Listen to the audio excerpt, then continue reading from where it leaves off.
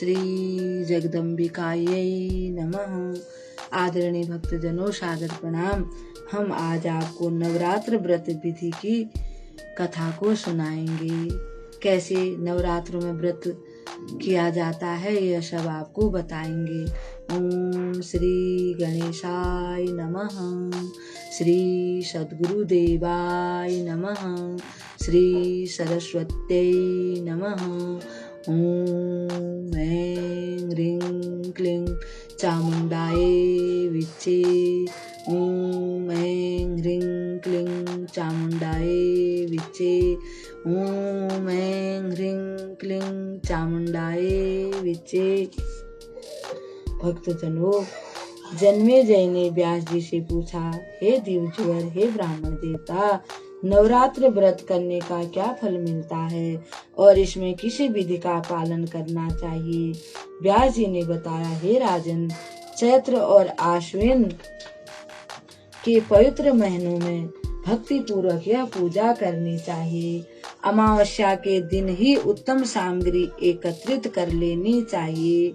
उस दिन एक ही समय भोजन करना चाहिए। किसी समतल भूमि पर मंडल बनाएं।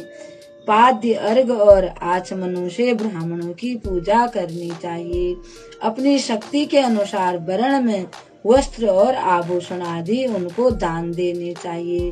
घर में संपत्ति होने पर कंजूसी नहीं दिखानी चाहिए। संतुष्ट होने पर ही ब्राह्मणों द्वारा ठीक प्रकार से कार्य परिपूर्ण होता है। अगर आप ब्राह्मणों को उचित दक्षिणा नहीं देंगे तो उस प्रकार से कार्य परिपूर्ण नहीं होगा। उनको उनका मेहनताना अवश्य मिलना चाहिए। देवी का पाठ करने हेतु ब्राह्मणों के विषय में कहा गया है, 9, 5, 3 अथवा एक ही ब्राह्मण का वरण करें। वेदी पर रेशमी वस्त्र से ढककर सिंहासन स्थापित करें।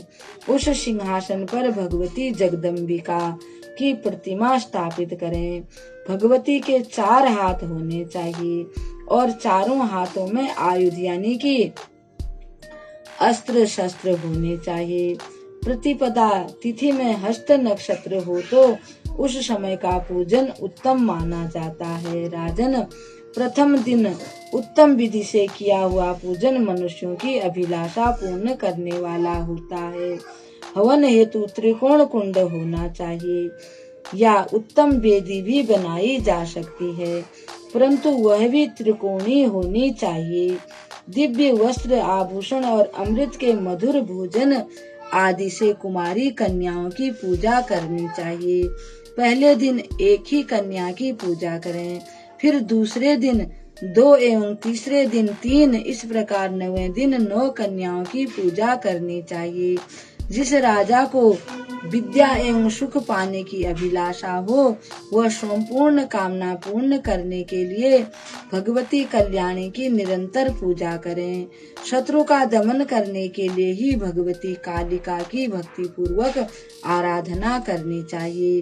भगवती चंडी की पूजा से ऐश्वर्य और धन की प्राप्ति होती है। राजन, किसी को मोहित करने, दुख दारिद्र्य का अंत करने तथा युद्ध में विजय प्राप्त करने के लिए भगवती शाकंभरी की सदैव पूजा करनी चाहिए। किसी कठिन कार्य को संपन्न करने का, दुष्ट शत्रु का नाश करना हो तो भगवती दुर्गा की पूजा करनी चाहिए। महान से महान पापी भी यदि नवरात्र में व्रत करे तो उसका संपूर्ण पापों से उद्धार हो जाता है। प्राचीन काल की बात है, एक वैश्य बहुत निर्धन था। वह बहुत दुखी था। राजन, कौशल देश की किसी सज्जन से उसका विवाह भी करा दिया। उसके बहुत से बाल बच्चे भी हो गए थे, परंतु उनकी सुधा कभी शांत नहीं होती थी। उत्तम गुणों के कारण उसका नाम भी सुशील रख दिया गया था। दरिद्रता से घबराकर उस भूखे वैश्य ने शांत स्वभाव से मुनि से पूछा, ब्राह्मण देवता, आप मुझ पर कृपा करके यह बताने की कृपा करें कि मेरी दरिद्रता कैसे दूर हो सकती है। मेरे छोटे छोटे बच्चे भोजन के लिए सदैव रोते रहते हैं। व्यास जी कहते हैं, हे राजन, इस प्रकार सुशील वैश्य के पूछने पर उत्तम व्रत का पालन करने वाले उस ब्राह्मण को बड़ी खुशी हुई।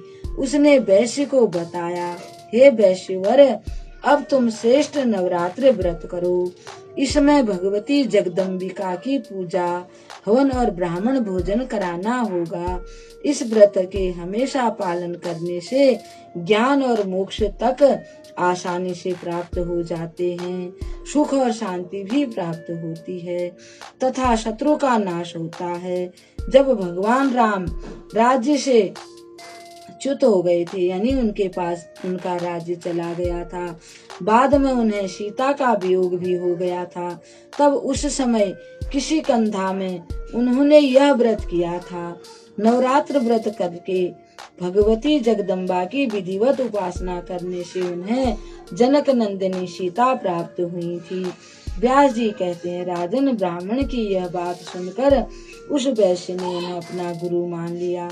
इसके माया बीज नामक भुवनेश्वरी मंत्र की उसने दीक्षा दी।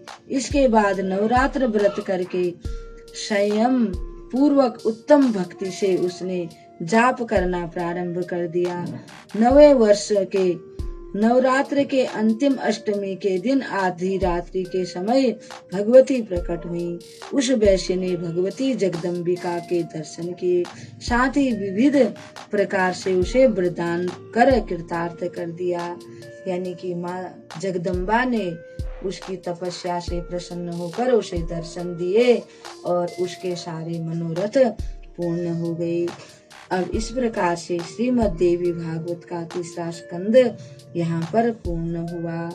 अब हम इस कथा को यहाँ पर विराम देते हैं। कल जगदम्बा की श्री नर नारायण भगवान की कथा आपको सुनाएंगे। तब तक के लिए हम आपको प्रणाम करते हैं। ओम श्री जगदम्बिकायै नमः।